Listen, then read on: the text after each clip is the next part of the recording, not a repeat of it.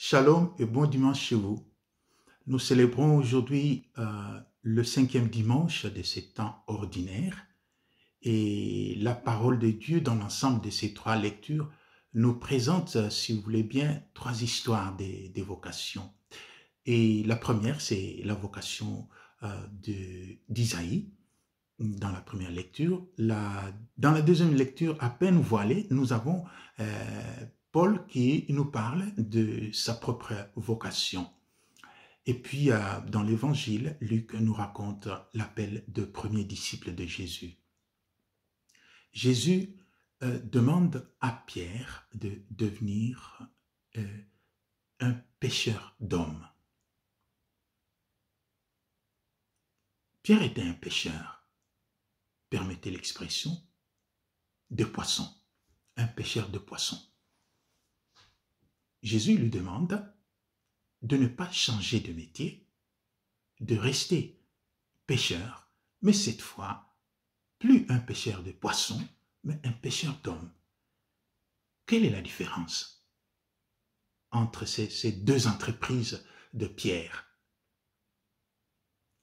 Et évidemment, nous allons nous rendre compte qu'il existe certaines similitudes entre le pêcheur de la rivière et le pêcheur d'hommes, parce que, par exemple, si quelqu'un descend au fleuve pour aller pêcher, il lui faudra un bagage de patience.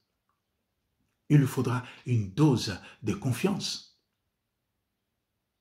Un pêcheur s'en va non pas pour une heure, il s'en va parfois pour toute une nuit, parfois pour toute une journée, parfois des semaines, parfois des mois.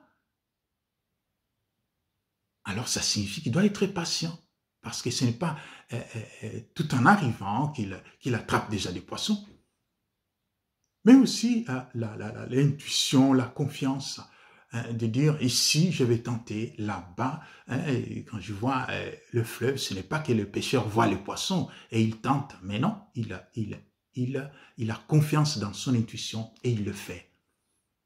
Je crois que ce sont les deux attitudes que nous pouvons aussi retrouver dans l'Église, qui a pour mission d'annoncer la parole de Dieu, qui a pour mission de pêcher les hommes, la patience et la confiance.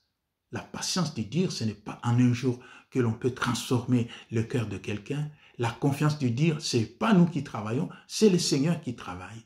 Et alors, nous, on se met à son service. Et quelle peut être la différence entre les deux? La différence est aussi claire. Quand un pêcheur des poissons s'en va à la rivière, il attrape des poissons pour lui.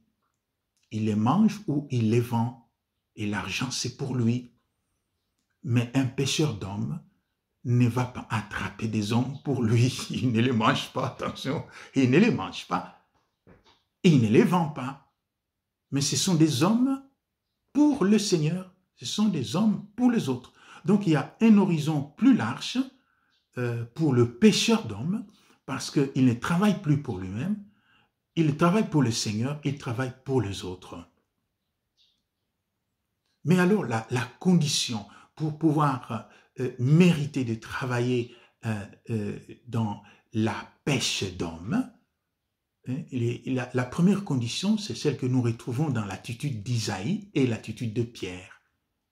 Isaïe reconnaît avoir des lèvres impures et demande au Seigneur qu'il n'est pas digne parce qu'il a des lèvres impures. Et le Seigneur, par son œuvre, par sa grâce, apporte cette braise ardente auprès de ses lèvres pour le purifier de ce mal. Pierre demande au Seigneur de s'éloigner de lui. Mais le Seigneur, par sa miséricorde, apaise les cœurs de Pierre. Tu n'as plus besoin d'avoir peur parce que tu deviendras un pêcheur d'hommes. Donc, il s'agit de purifier notre vie parce que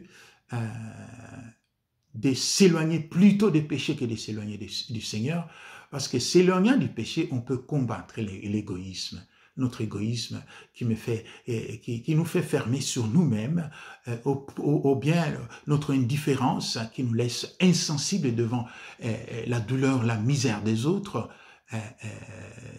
qui sont un grand frein pour la célébration de la pêche des hommes.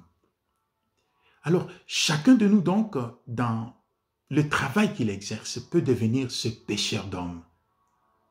On se rend compte que dans chaque travail que nous exécutons dans la vie, on peut avoir ces deux aspects.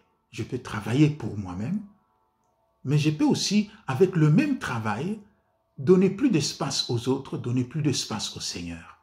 Je suis médecin, je peux être médecin pour moi-même, je gagne mon argent, je respecte l'horaire, je suis arrivé à 8 heures, à 12 heures, je m'en vais.